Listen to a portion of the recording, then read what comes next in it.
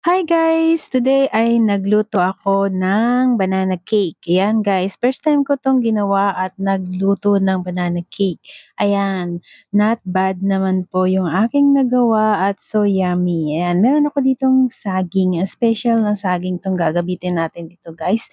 Dinurog natin to, nilagyan natin ng itlog at saka baking soda at then yung flour at oil, and then nilagyan natin ito ng gatas, asukal na puti at brown, and then imekos-mekos na nga natin ito. Yan, halu-haluin natin ng mabilis. And then nilagyan natin to ng chocolates at nilipat na natin 'to sa lagayan. Ayan, dalawa yung nagawa ko dito guys at i-steam natin 'to. Steam na walang tubig, ayan, sa kawali guys ng 1 hours and 10 minutes. Kung hindi pa po luto ay dagdagan na natin ng 10 minutes. So yun na guys at medyo luto-luto na, dadagdagan ko pa 'to ng 10 minutes para mas lutong-luto.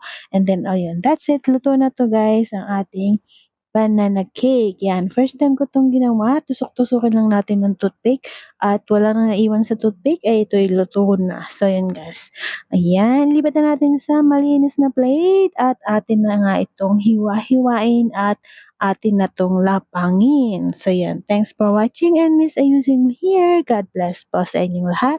Please give me thumbs up, like, share, and comment down below. Miss Ayusin here. Thanks for watching po. I love you all. Sarap na po yung aking nilutong banana cake. So, yan. Ang yummy, yummy. Sarap. Let's eat. Yummy, mama.